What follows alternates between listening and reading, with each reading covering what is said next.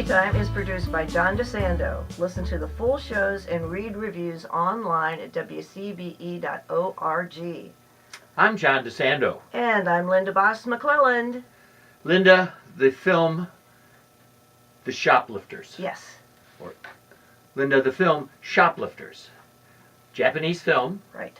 About a family and one of the Oscar-nominated Best Foreign Language Film, contending with the likes of Roma. Roma, yes. But as someone with a splendid family, how do you respond to this as a family film?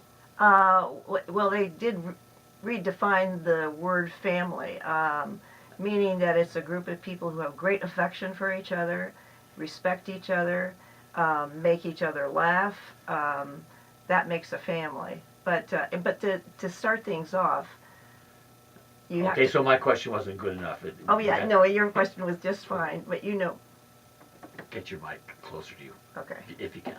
Okay. Yeah.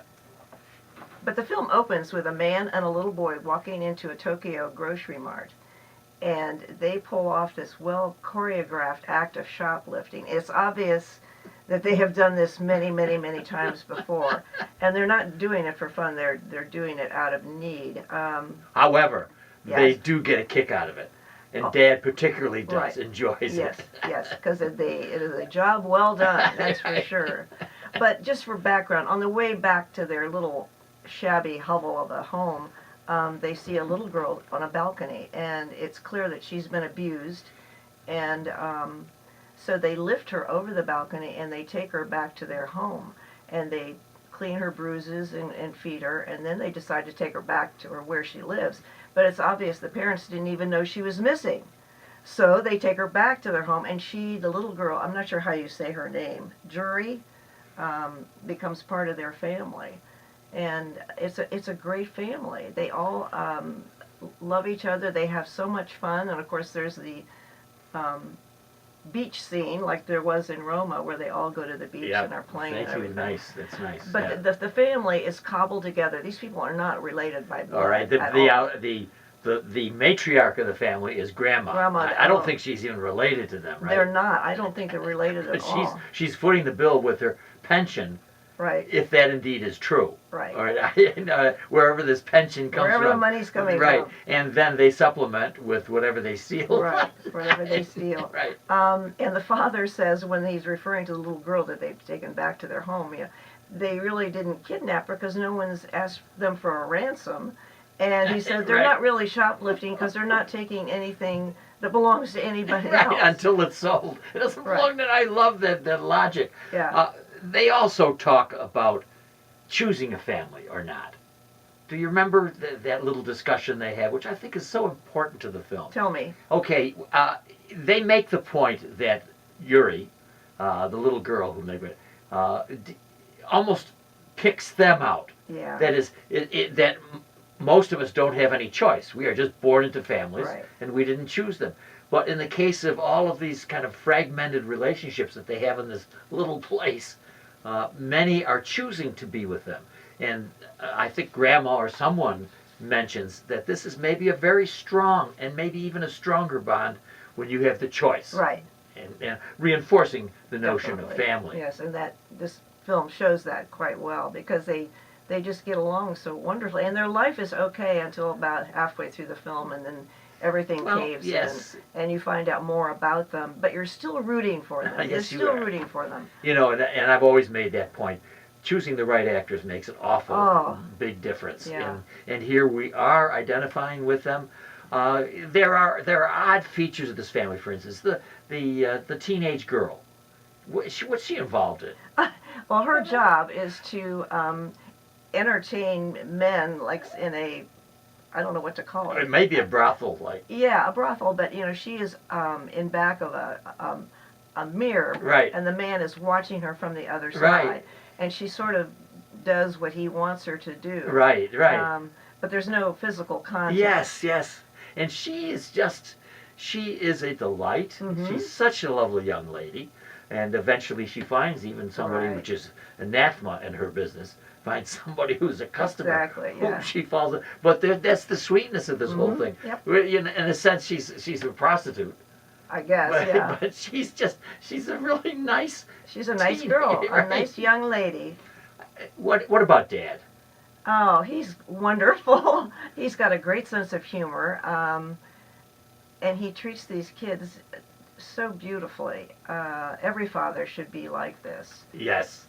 His name is Frankie. Yeah. He's apparently been in other films. Right. Now, Lindy, does this descriptor do anything for you? Some have called this film, similar to other films, as poverty porn. Does that make any sense to you? I can see why they would call it that. I mean, it's a cute phrase. Yeah. But I don't think I wouldn't call it something that dark and menacing.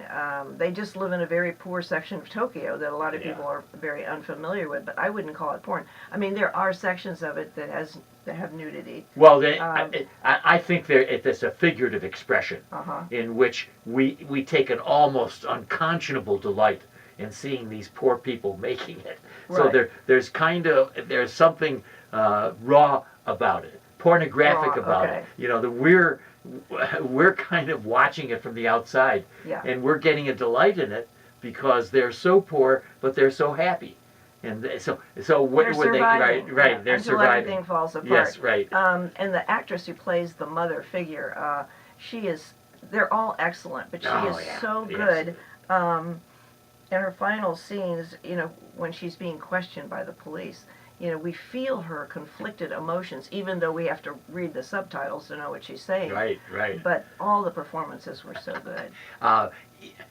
Beyond just the happiness of a poor family living together, there are other issues that the film talks about. One of them interests me, which is work share.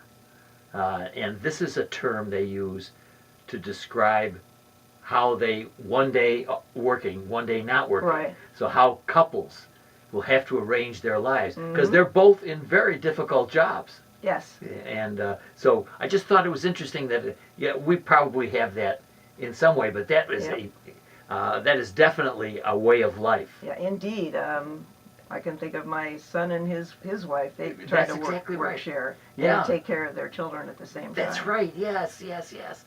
So, Linda Baas McClelland. Yes, John DeSando. This is Shoplifters. Oscar nominated. What grade would you award it? My only criticism was it was a tiny bit too long. Okay. But I give it an A. But I was wondering how you compared it to Roma, or even if you could, because even though they're both foreign films, how does it compare to Roma? I'm thinking an powerful effect of the two. They're not that similar, except what you said, which is about family, and about, in some cases, Roma is a more fantasy. It has more artful connections to it. There's more that the director Cuarón is trying to do there in art, but still, when you talk about the emphasis on the working staff of the family, about the connections that are made there, we have some similarities, but they're just in the same category. And Roma is such a monster this year that nobody could. That's why I think in another year, Shoplifters could take it easily. And so I'm going to award it an A-. Okay. All right. Okey-dokey. I think both of us in the A category indicate that our audience out there better get up on their Oscars and see Shoplifters. Let's go have a bowl of ramen noodles. Oh, right.